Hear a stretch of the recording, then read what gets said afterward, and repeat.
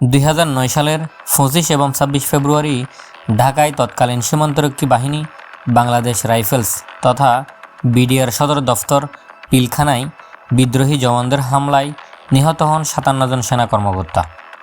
ইতিমধ্যে হত্যাকাণ্ডের ঘটনায় সাবেক প্রধানমন্ত্রী শেখ হাসিনা ও সাবেক সেনাপ্রধান মঈনু আহমেদ সহ 58 জনের বিরুদ্ধে 19 ডিসেম্বর আন্তর্জাতিক অপরাধ ট্রাইব্যুনালের চিফ প্রসিকিউটরের কার্যালয়ে অভিযোগ করা হয়েছে। মঈনু আহমেদ পিলখানা হত্যাকাণ্ডের সময় সেনাপ্রধান ছিলেন। বিডিআর বিদ্রোহ নিয়ে দেশের প্রথম সারির একটি পত্রিকা অনুসন্ধানী প্রতিবেদন করছে। সেখানে পত্রিকাটির প্রতিবেদক সৈয়দ আফজাল আহমদ তার প্রতিবেদনে বিডিআর হত্যাকাণ্ডের কারণ, এর মাস্টারমাইন্ড কে ছিলেন ও শেখ হাসিনা কাদের সাহায্য নিয়েছিলেন তিনি তা তুলে ধরেছেন। প্রতিবেদনে জানানো হয়, এই হত্যাযজ্ঞের সঙ্গে জড়িত ছিল ভারতীয় গোয়েন্দা সংস্থা র। ঢাকায় আনা হয় প্রশিক্ষিত কিলার গ্রুপ ও হত্যার ষড়যন্ত্রের সঙ্গে ছিলেন মেজর জেনারেল অবসরপ্রাপ্ত তারেক সিদ্দিক, আওয়ামী লীগ নেতা শেখ ফজলে করিম সেলিম, জাহাঙ্গীর কবির নানক, মির্জা আজম, শেখ ফজলে নূর তাপস এবং সেনাবাহিনী ও পুলিশের কিছু ঊর্ধ্বতন কর্মকর্তা।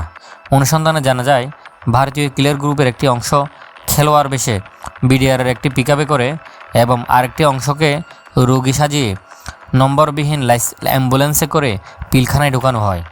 রাতে অ্যাম্বুলেন্সে করে তারা পিলখানা ত্যাগ করেও।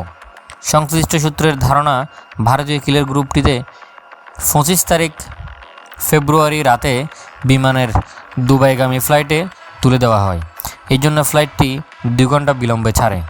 আরও জানা গেছে, ভারতীয় গোয়েন্দা সংস্থা র এর লোকজন ও কিলার গ্রুপের সদস্যরা ফার্ম গেটে অবস্থিত তৎকালীন স্বরাষ্ট্রমন্ত্রী সাহারা খাতুনের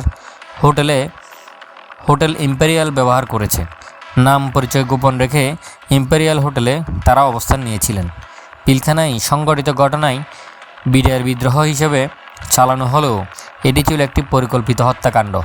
সেনাপ্রধান হিসেবে বিডিআর হত্যা মোকাবেলা তথা সেনা কর্মকর্তাদের বাঁচাতে ব্যর্থ হয়েছেন জেনারেল মঈনু আহমেদ।